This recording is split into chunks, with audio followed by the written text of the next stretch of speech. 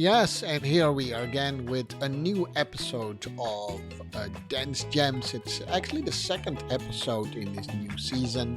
And if you haven't followed those last seasons, then by all means go back. But this is the second episode of this season. And we're going to talk about what do the letters G.E.M actually stand for? What do they mean? And I would never do that, of course, without my good friend and buddy Ton Greten. Let's see if he is there. Yes, Ton. How are you today? Very fine, Sean. Nice to meet you. Nice to be there in our second season. Yes, I So, think so too. I yeah, think so too. today is our jam method. Yeah, And GEM. What do the letters GEM actually mean? What do they stand for? It depends a little bit on how you want to phrase it. But actually, in short, we can actually say, hey, what does GEM actually stands for altogether, and the colors and so on. But that would be a too long of a title. So hence, let's get started. yes, perfect, Sean. Shall I start or you start? Let's start with the letters GEM first, right? Because it's your name in there. It stands for more things, but it also stands for Greten, which is Ton's last name, the Greten equation movement or Greten equation method. That I prefer a little bit method, but doesn't matter what I prefer. That's what it stands for. But it has more meanings than that. But that's where I would like to start. Your name is in Gem. Yeah. And it has a double meaning, Sean. It has a double meaning, yeah, because the word gem itself, of course, is has also a meaning. And the meaning is? And the meaning is gemstones, which is an English Yes. word, and all gemstones are unique. That actually refers that all people are unique and all dances hence are also unique. Right? Yes, yes. And a gem stands also for an holistic approach in the method. Yeah. And yeah, all the elements what I was looking for in that method was the inspiration came actually from Rudolf Laban, and Sean have studied a little bit about it or a little Yeah. bit more and use it in the past. Yeah. And Sean, can you tell me something about Laban, Rudolf Laban? Yeah, Rudolf Laban is one, so I hope I studied a little bit. But yeah, Rudolf Laban was one of the first known dance theoreticus, right? So he wrote down, and he has a whole annotation, the Laban annotation. But today it's not about Laban. I still use it as well. So I use my own translation of the Laban method to make it a little bit understandable for you. You could think about what you do, what movement do you make, how do you make that movement. Laban talks then about flow and energy, right, in the Laban terms. But you can also think about if you use those letters, and I always like that. My teacher started to do that too. Is where you dance. Those are the spatial aspects, as Laban talk about. You can also think about when you do it, right? And that could be the place and time where you do, but it could also be the tempo that you use, or you can use space time where you do it, is when you do it. And then even if you go a little bit deeper, Laban also has a big part of psychology of dancing in his method. Is why do we actually dance? Do we dance to perform? Do we dance to express ourselves? Is it a combination of both? Is it something to celebrate? Is it maybe to pray to the gods? There are all kind of ways to dance. So that's my interpretation of the Laban theory. I'm sure once we'll do really the Laban where I talked about flow and energy and those typical Laban words. But this is actually where we met, Tom. Yes, I met the method of Laban a little bit early in the 90s with Me a too. famous, in that time, in the ballroom Latin, Professor Dr. Ruth for May. But I didn't have so many lessons there. And Marianne, my wife, she had many lessons there before, but I didn't have lessons. And he spoke always from space, time, and energy as the three elements.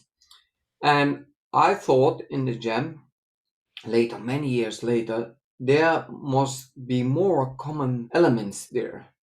So, and I thought, okay, what would be an element to put in a gem? That's the person, the personality. That's what I thought later. Um, then I came to the form. Each dance form style has a particular form in steps. Like in a foxtrot, it's walk, walk, side by side, and then back, side by side, something like that. And cha, forward, backward, side by side. So cha cha, back, forward, cha. And the ballet, they have the same, and they give also these figures from this form a defined figure. Say in ballet, a pirouette or arabesque. So if they use this word, then you know actually the form of the figure. But actually also every human being has also a form, a figure. And this wording comes actually from the Latin word forma, figura. So figure, form. And also why I not call it shape is because shape is a pure English word. And when you go to forma, it's a Latin word. And also form, it's a three-dimensional, you could say shape form, but shape is actually two-dimensional and form is three-dimensional. And also why I put it form, because my next subject was movement. Later, I changed it to dynamic because a movement can be, or dynamic is movement, but movement will not always say it's dynamically. I can repeat that. Maybe you have to think about that one. So maybe Sean can explain that one. Yeah, movement in itself. If we talk about dynamic movement, then it's what are the elements that influence actually the way you move, right? So a movement doesn't have to be, can be constant. Of course, a constant is a dynamic in itself, but if it doesn't change, then it's not a dynamical movement in that definition. But when you go for a little bit slower, a little bit faster, a little bit slower, a little bit faster, that in itself is already dynamical, right? So I only change the tempo, the dynamic of tempo. And there are many forms if you listen, if you read the G.E.M method, other elements that you can do to change the dynamic of the movement. So dynamic is always movement, but not all movements are dynamic. That's what Don was saying. You are on mute, Tom. Sorry, Sean. That's always, I don't want to interrupt you, so I put it on mute. Yes, and actually, the next element was expression, but before it was emotion.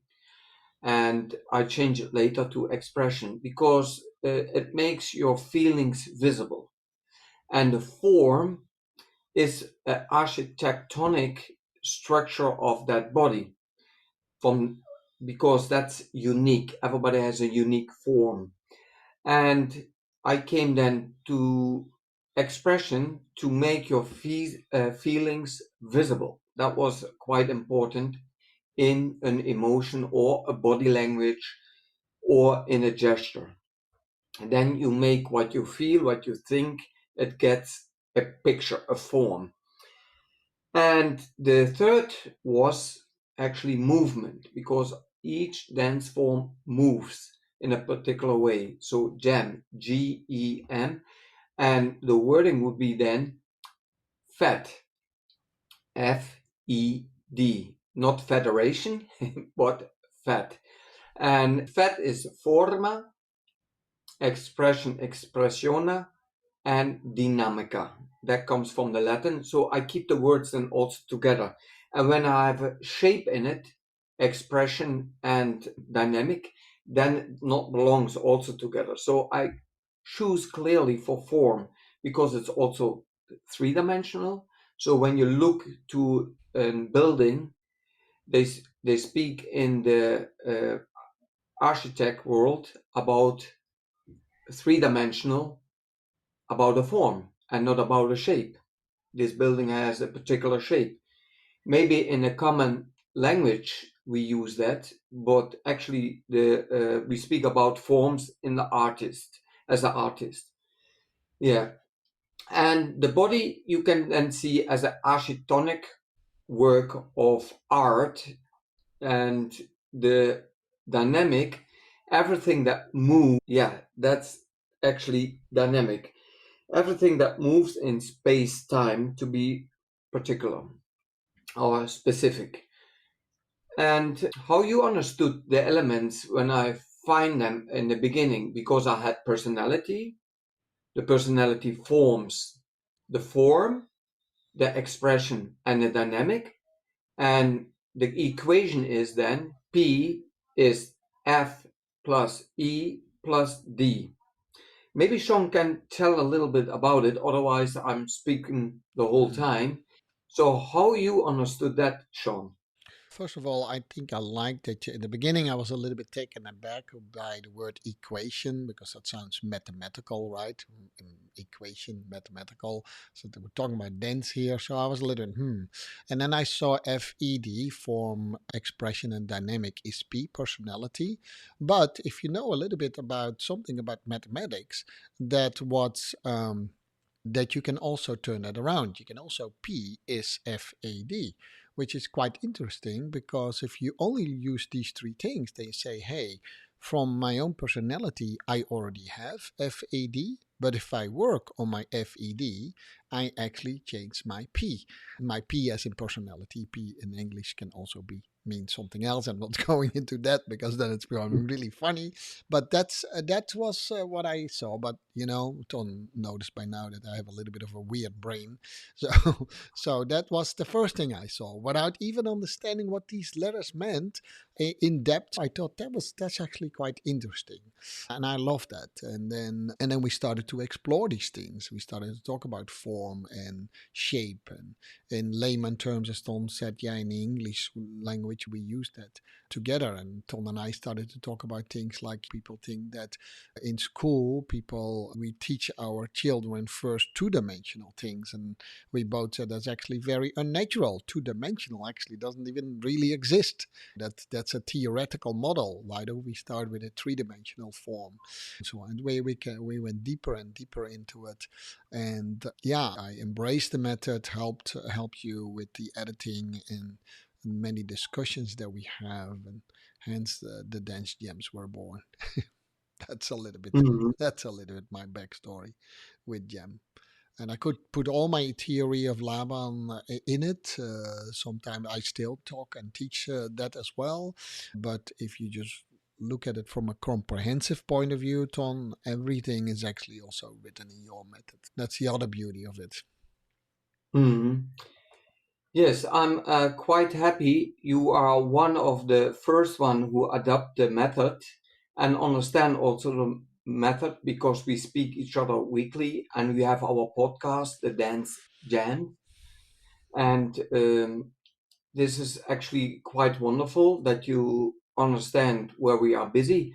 It's a lot of research to came to that point, and exploring also.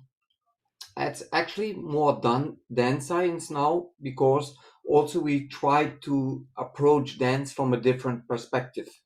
Also, not like the usual, but go more deep in everything what is meant with it, when I say it correctly. And yes, I love the method, also the FED, and they have a particular color. We will come later back.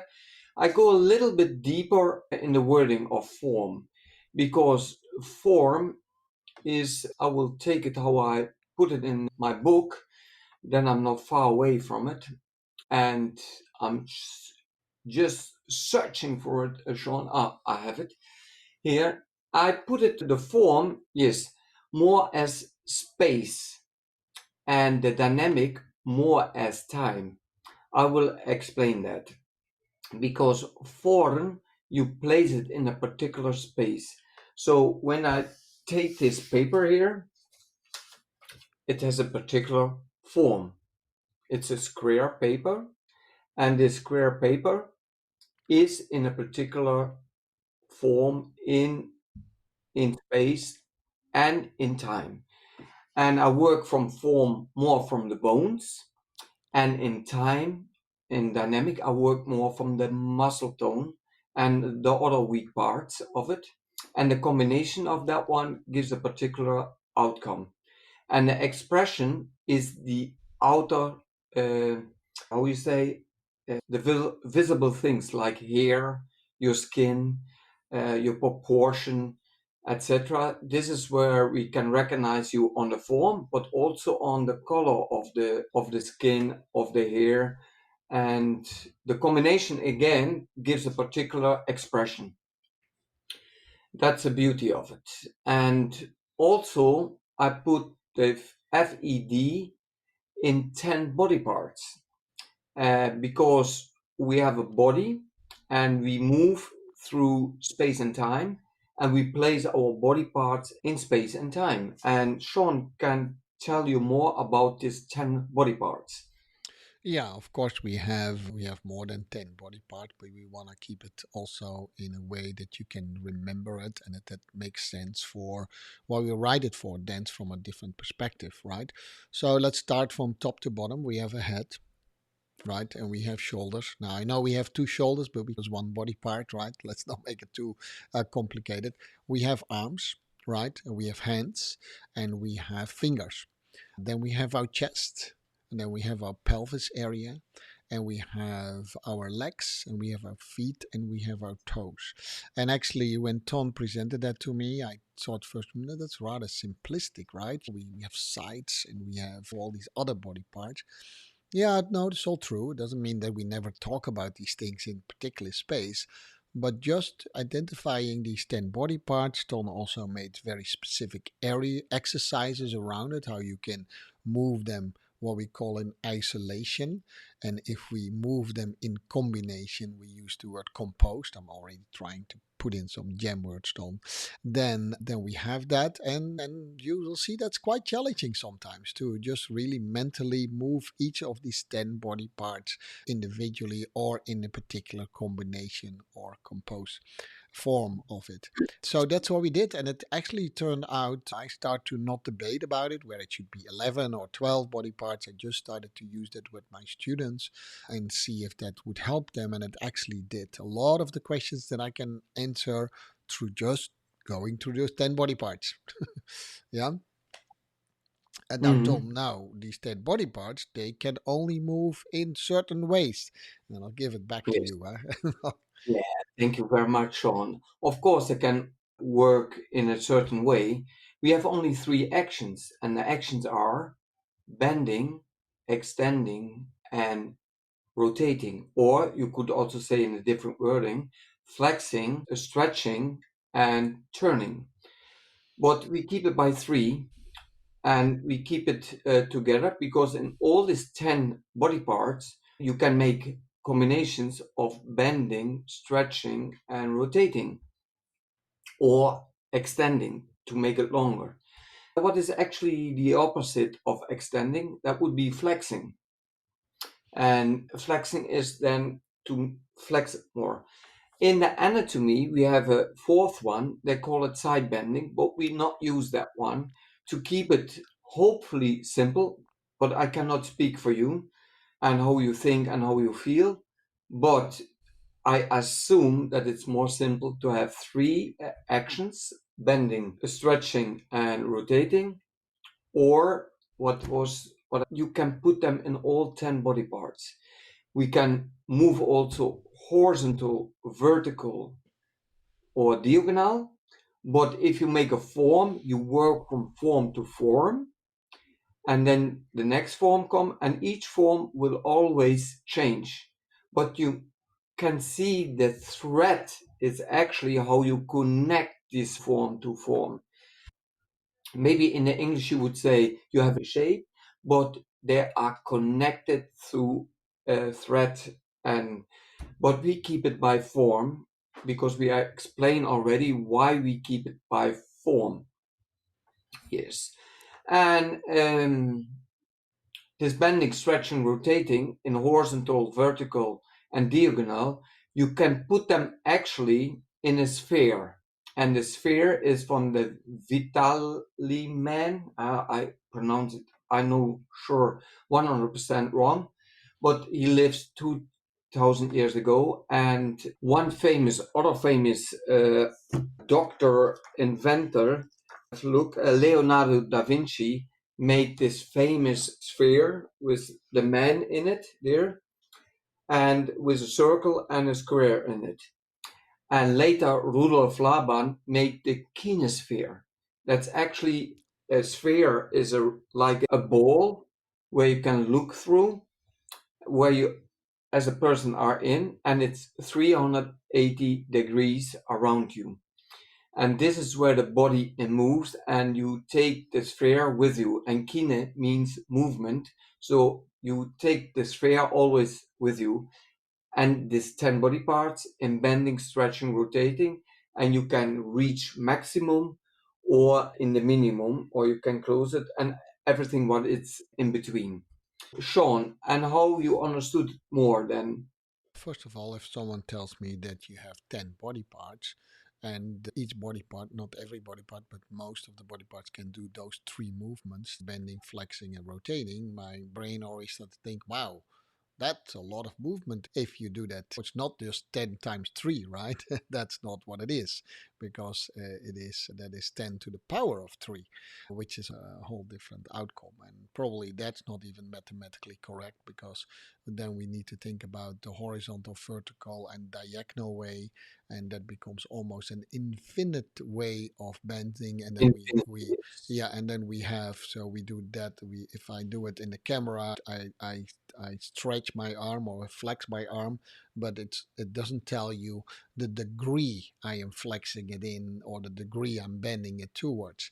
So if we take all those variables in, then yes, time 10 body parts, three ways of movement sounds simple, but if you think a little bit about it deeper, that actually describes more in an infinite way how you can move and describe movement to me more. That was for me the most interesting part. Yeah, I do know that there are other body parts too, but this already gives me a really good frame. It's always a framework and a method that helps of a modality in which we can work, and that doesn't mean that it's the definitive truth.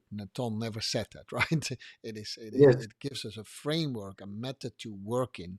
So I know there are always people saying, "Oh, but you missed this, so you could have said it different, and why not 11 body parts?" Actually, doesn't really matter. It gives us a good framework, and I work with students with it from beginners till pretty advanced, and it all is some sort of eye opening, and that's only the fourth. Maybe the first chapter of the book. That's nothing yet. That is yes. just that's already so eye opening for people to work in that way. Yes, this body is so unique, Sean. If you, when I repeat it, you have 10 body parts, bending, stretching, rotating. It's by three. Then you get also horizontal, vertical, diagonal. And if you take that in that sphere, in the horizontal line, the diagonal line, and the vertical line, then you can go forward, go backward, go to the left, go to the right, and 360 degrees, and everything what is in between. That makes it infinity. And if you even put not only the form in space, but also the dynamic in space time, because when I say space time, then it's also the form in that dynamic, because you move from form to form and you connect it with a thread. And this makes it four dimensional and the space three-dimensional. And Sean can tell you something about that after I explain you how the body is built up by anatomy. You have a bilateral body who is built up symmetrically. Left and right side are the same, but not like mathematic, exactly the same. If I have one side, it's unilateral. It's one. Bilateral, it's two sides of the body, and they're put together. But uni will say if you use uni, you're automatically also already asymmetric. And that's the beauty of it. And we come later to the elements what are in it. But Sean, explain you first the four four dimensions, and we have also a fifth one. Sean, can you tell this also? The one, two, three, four, and fifth one. And the fifth one, it's from the personality. Sean, can I explain you that one? Otherwise, I'm speak too long. Yeah. Well, if you think about it, that bilateral and unilateral was also things that we learned definitely before. We are only bilateral if you look at strict from the front and the back. If you look from the side, we are unilateral, right? Our front and backs are not the same. And it's really interesting to look at that. And you can use a mirror to do that. And if you use the mirror here, then you see more or less the same Jean on both sides. But if you put the mirror on this side, then I have either two fronts or two back, depending on where you put the mirror to. And Ton, you always stimulated me and other students to just figure it out. Take a mirror and put it in your face and put it like this. Is it always bilateral? And if it's this, it's not bilateral, it's unilateral. And what that is. And when you do that, it's a lot of fun and you can actually play with that already. So we very quickly came to this discussion. And in the beginning, it sounded really more philosophical than reality. And then we start to do our research. We all know what one-dimensional things, and that's a theoretical a dot. But even if you zoom in on a dot, would never be one-dimensional. But we talked about it; it's one-dimensional. And then two-dimensional, we talked about its shape. You know, we have an up and a right and a left, and that's it. But when you go already on a z-axis, then we already talk about three-dimensionals. Forms are always three-dimensional. But nothing stands ever still. It needs to be in something. It needs to be in a space. So automatically you come to, and if you talk about space, then you also cannot talk about space without time. It's impossible. Actually, try to do it. We challenge you. And at first we thought, hey, that's Mr. Einstein. And then later on we found actually that's Hermann Minkowski, actually, who started to talk about time and space, which we call a fourth dimension. But we take our unique self into the time and space always. And hence you come to the fifth dimension of it, which is more, you could say, more esoteric, more emotional. You cannot grab an emotion, but you can see it. And so that's how we talk about it. And all these elements for us has a lot to do with dance movement and art and basically life itself. So anything to add to that, Ton? It feels like I have Yeah, practiced this, but yes, I did not. no, no. Actually, Hermann Minkowski, they speak also from the Minkowski method, Yes. space-time. And he teach Albert Einstein, and he take this over and he makes the relative theory and another one. I don't know. I forgot it anyway because I not use it, but I use the philosophy behind it. That's the most important. And the fifth dimension is your conscious, your awareness here in that brain who decides what the body will do in the fourth dimension. So the fifth is the highest dimension, your personality, It's you. and the choice what you would make and what you want to become after who you are, what you want to become. So that's the fifth dimension, decide that in space time. So that's the highest one, the fifth, and then you go lower to the fourth and the other three, because actually all is connected to each other. You cannot see them separate. It's not like body and mind are separate. The body would be then conative, that's a new word, and cognitive. They are connected. And cognitive fifths and cognitive the other four. But even you can think in four dimensions. And that would be great. And when your thoughts are faster than your body, you have a grip on it. But if the body is faster than your brain, then they belong not actually together. So the body do work from their muscle memory. But these are all new words. And but anyway, you are responsible for yourself, for your own actions, and everything what you decide to make from that fifth dimension get a new creation in space-time in the other four dimension. Maybe this goes a little bit deep for you. I cannot think for you, or I hope you understand where we are speaking about. and that would be really beautiful. Sean, we can go to the next one. What is the next one? We The can next go. one, Yes. yes, yeah. The Well, the next next one could be colors. could be It the could be. colors. No, first the expression, Oh, you are and not. You're not done with your letters yet. Yeah. no, I'm not done with the letters, not yet, totally, because expression, actually the form gives you stability, and expression gives you the experience, and dynamic give the change.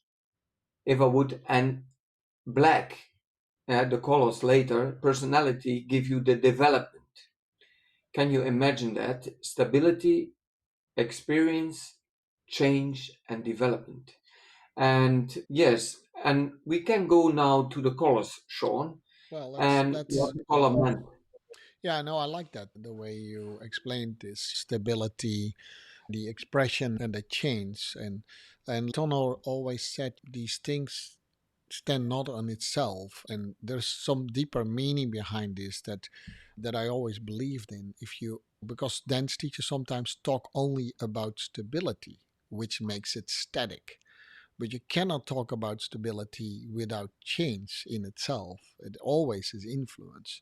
You cannot be static. Static is a non-exist. There's a theoretical model as well.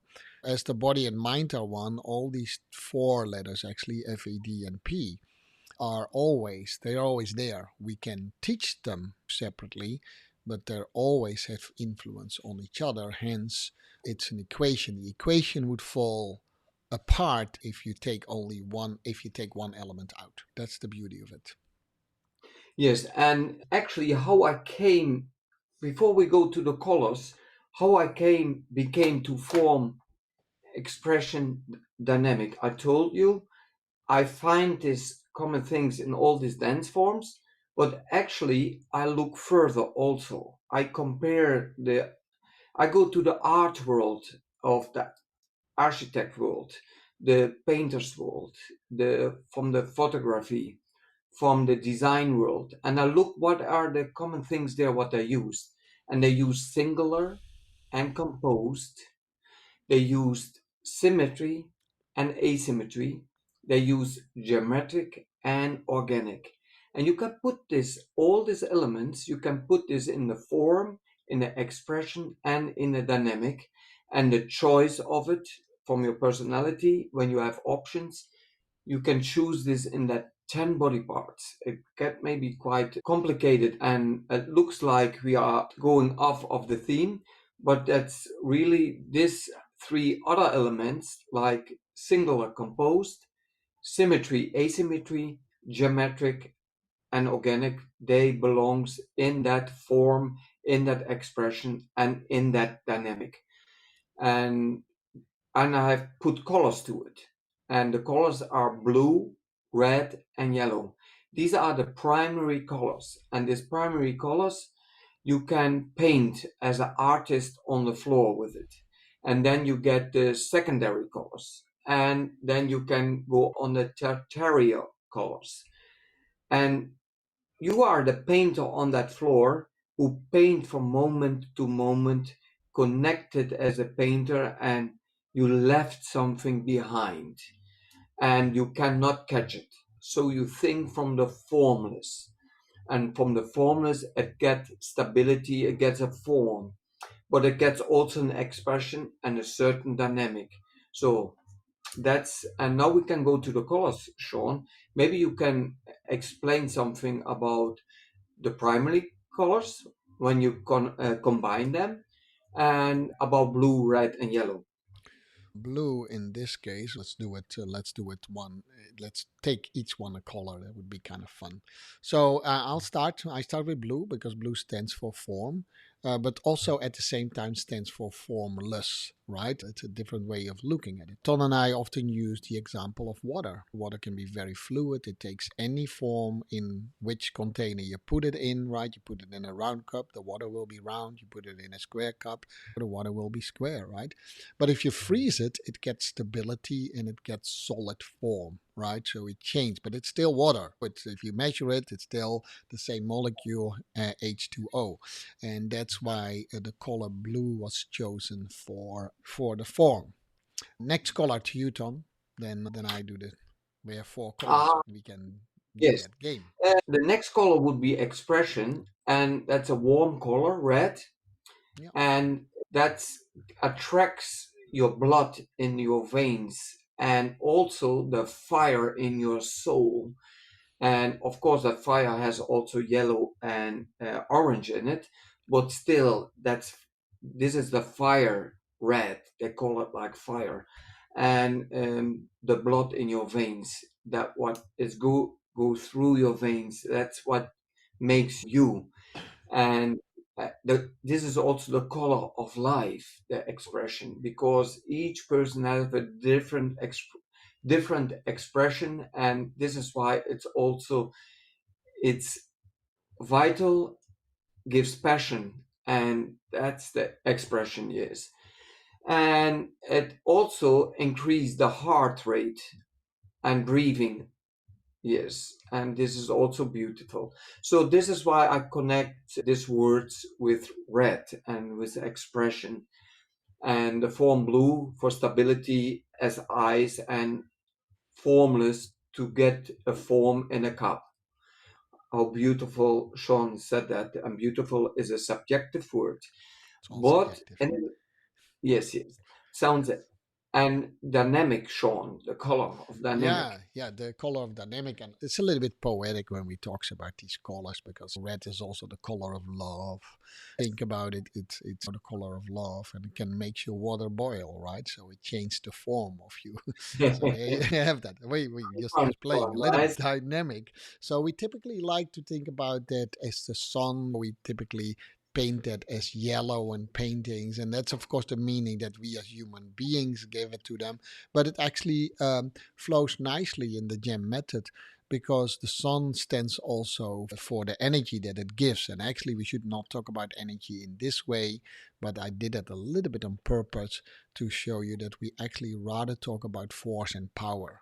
And dynamic has always to do with about these elements of kinetic energy. It's the energy that you need energy to make that in kinetic power. That would actually be, I think, a little bit even a better word to it. Whether you use it soft or whether you use it really hard. You see, there is dynamic in my voice as well, and that's why Tom actually chose the color of yellow for dynamic.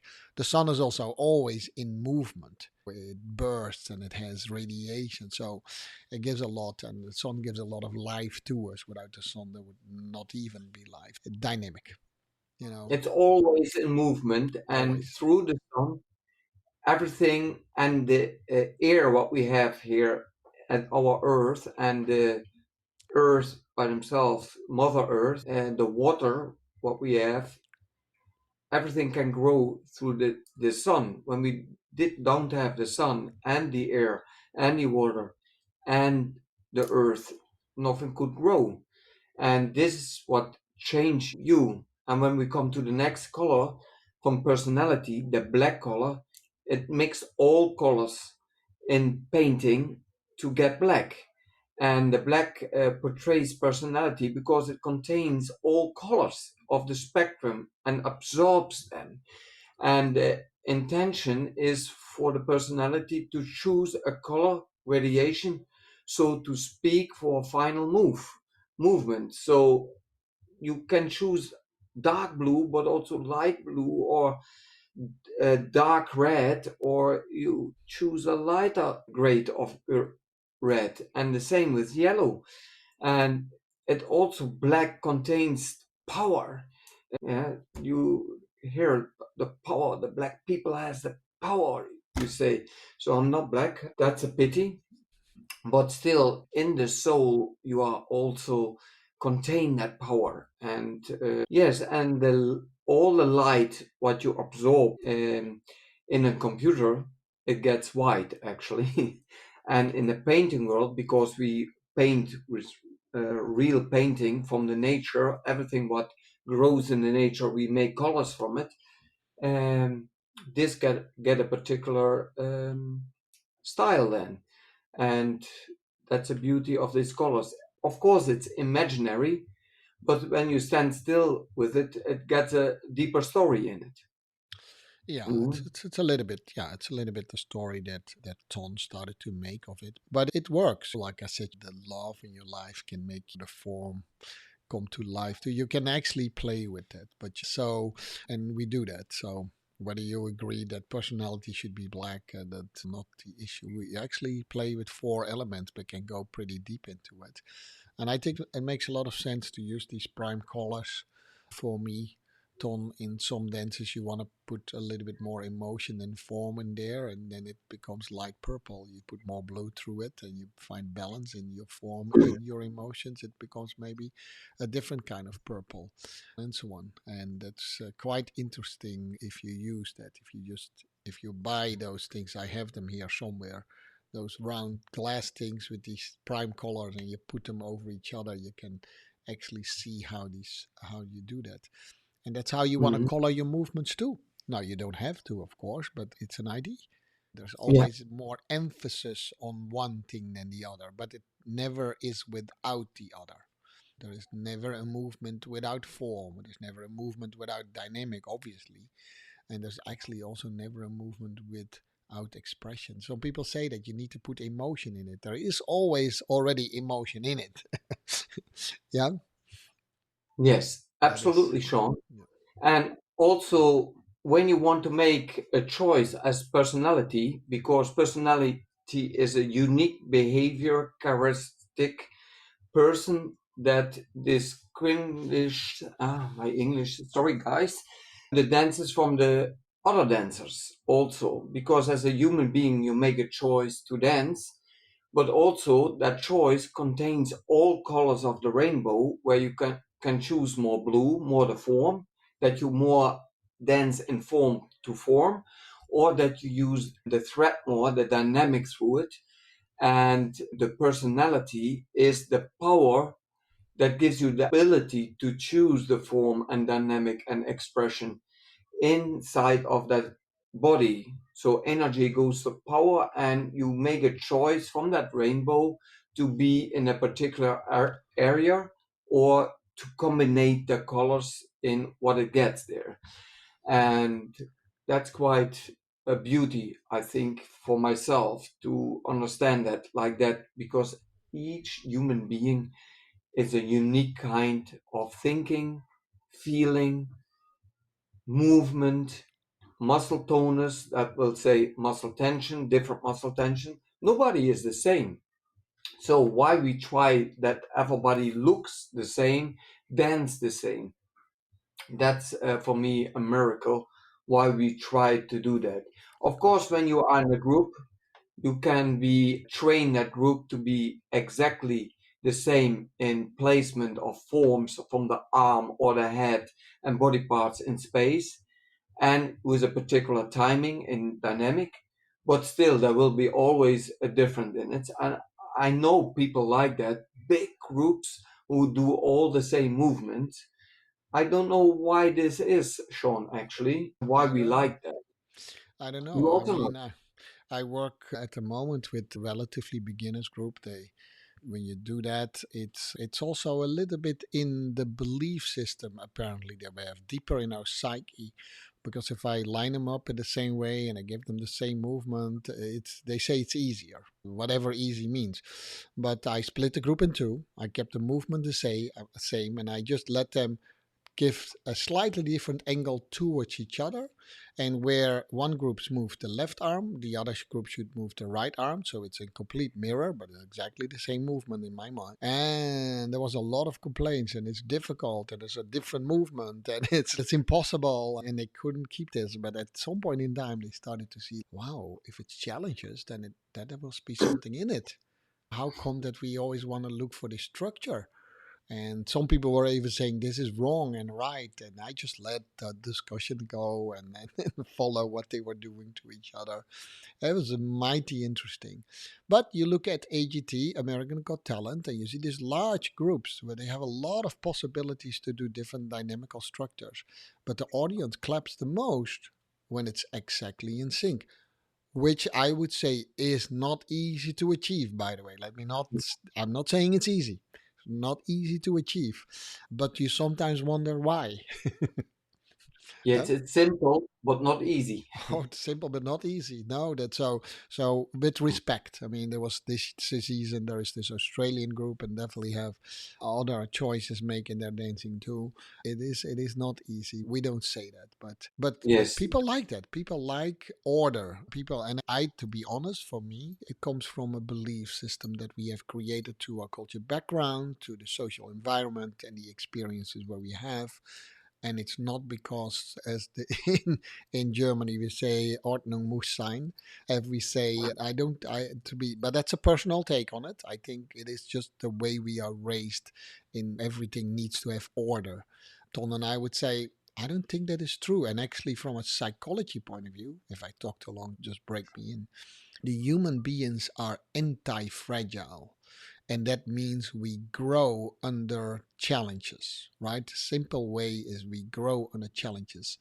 As a coal can only become a diamond under high pressure, we change when we challenge ourselves.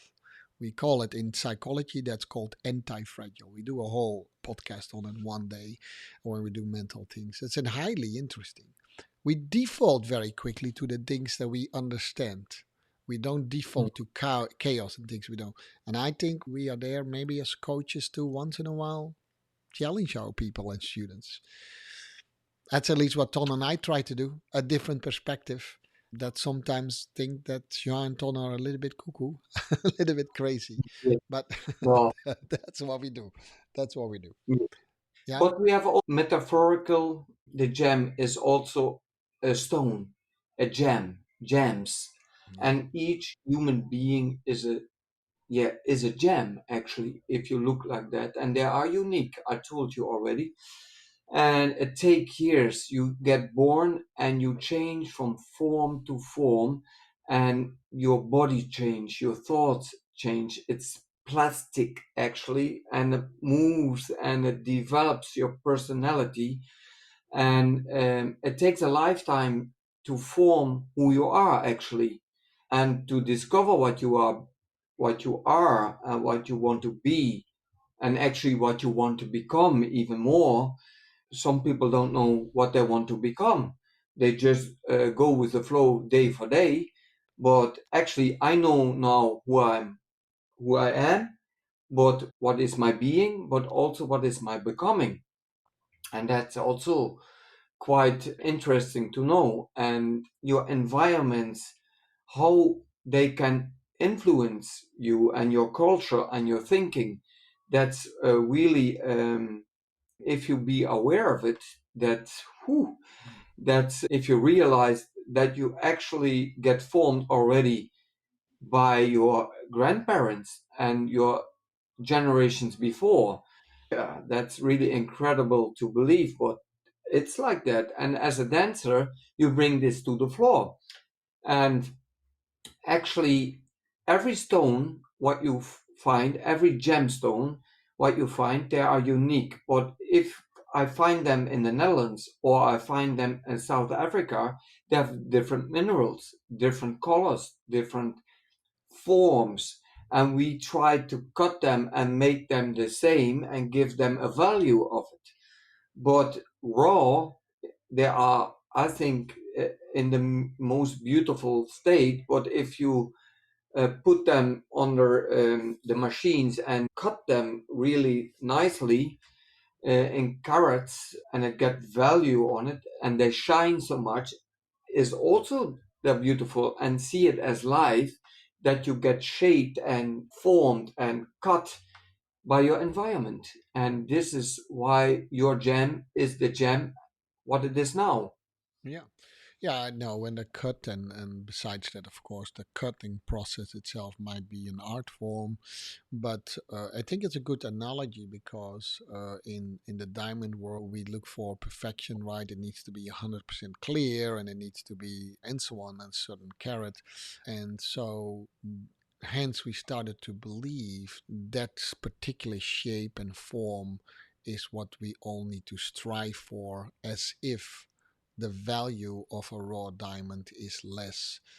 It's a perceived value. It's the value that we gave to it, right? Because and therefore you will hear Ton and me very seldomly talk, if at all, about right and wrong, right? Or perfection or stuff like that. It just is.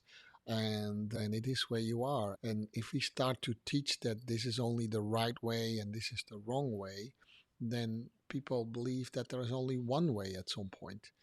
And that takes away the uniqueness we talk about. And Yes, I wanted to tell something more about the colors, Sean, because we have actually the same colors like Bauhaus. They use also the primary colors. And we get in the Netherlands quite famous artists who work with it. Rietveld, and the other one was Mondrian. Mondrian. Mhm. They worked with that colors, blue, red, yellow, and black, on a white paper. So they didn't make more, and in a geometric form, always in squares.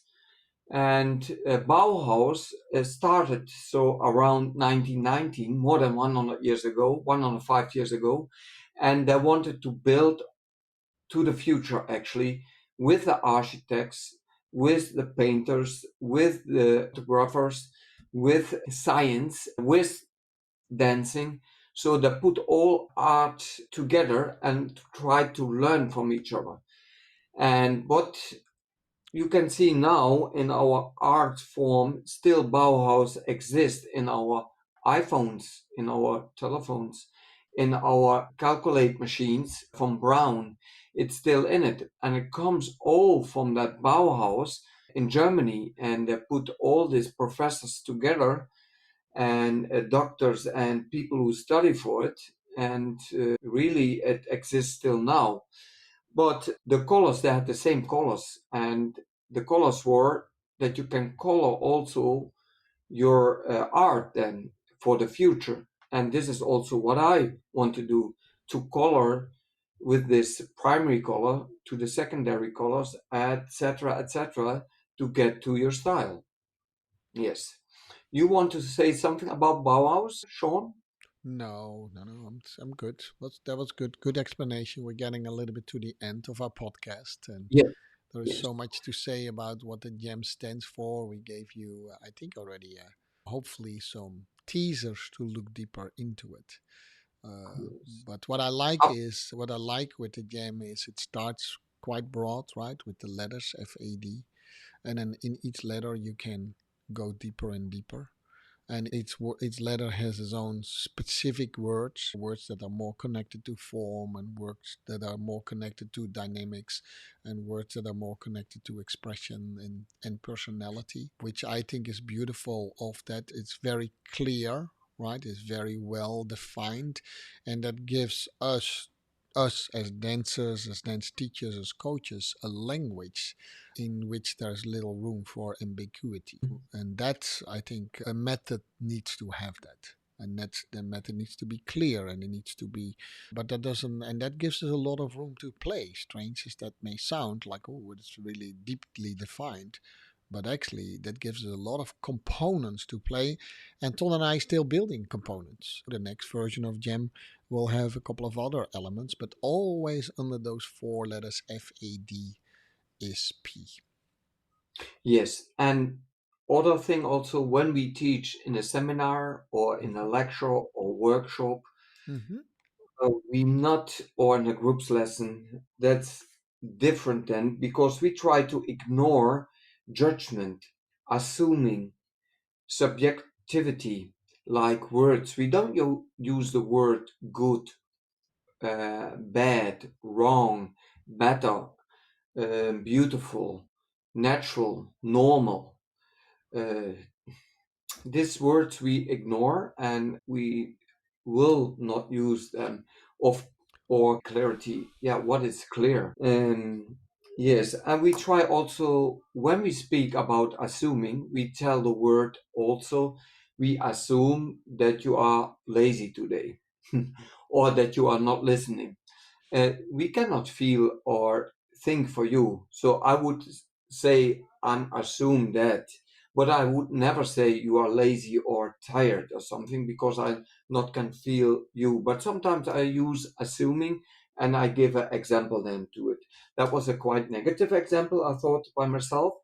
But also when I speak about people and I use interpretation, then is also I will tell them this is an interpretation of me. I expect this is also to see this and this and this, but if you want to make it different, you can make a choice from this and this and this and this. So I give them options. And this is a nice thing about the method in the colors, but also in the wording. Yeah, yeah. All right, Tom, that was good. Yeah, Nice second episode. Hopefully, it's not important whether Ton and I think it's a nice episode. It's more important that you, as listeners, think it adds something to you. And the second episode, the first episode, is actually why do we do this podcast? We, as in Ton and Jean, and now we go deeper into the method. And actually, the next episodes will be a lot about looking at the specific details in the gem method. Sometimes it's just you and me. There you go. It is dance from a different perspective. Sometimes just Ton and me, but very often we also have guests on a specific topic, specialists on a topic, or people with maybe another different perspective on the topic. It doesn't always have to align with what Ton and I think. Actually, we would love to talk to people who have a different opinion about it, which is great. That makes us grow. Like I said, we are anti-fragile. Just write it down. We grow through our differences, and that's what that is. Yeah, Ton was good as always, and I mean that. I always learn something from you while we talk. I hope that's the other way around too. And absolutely, Tom. so that's Absolutely. always the fun thing. And that's a little bit the style of our podcast. We keep it very conversational, but we prepare our topics so that we hopefully know that what we're talking about. Yes. We hope we could inform you something what is about the gem. I wrote a book about it and I used the color for it.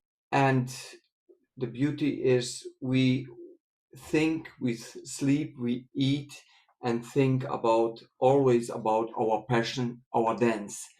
And if we could share this with you in a seminar or in a workshop, we would love that. And in Berlin, Sean can tell you a little bit more from what we have in Berlin. We have our second seminar, and Sean can tell you something about that one.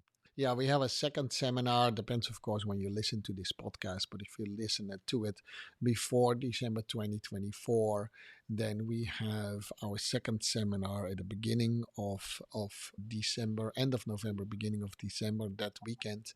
And it will be a second seminar. I will take a few elements of the GEM method and then go deeper into that. You can experience this from a knowledge point of view, you can experience from an ability point of view, and you can experience from a skill point of view.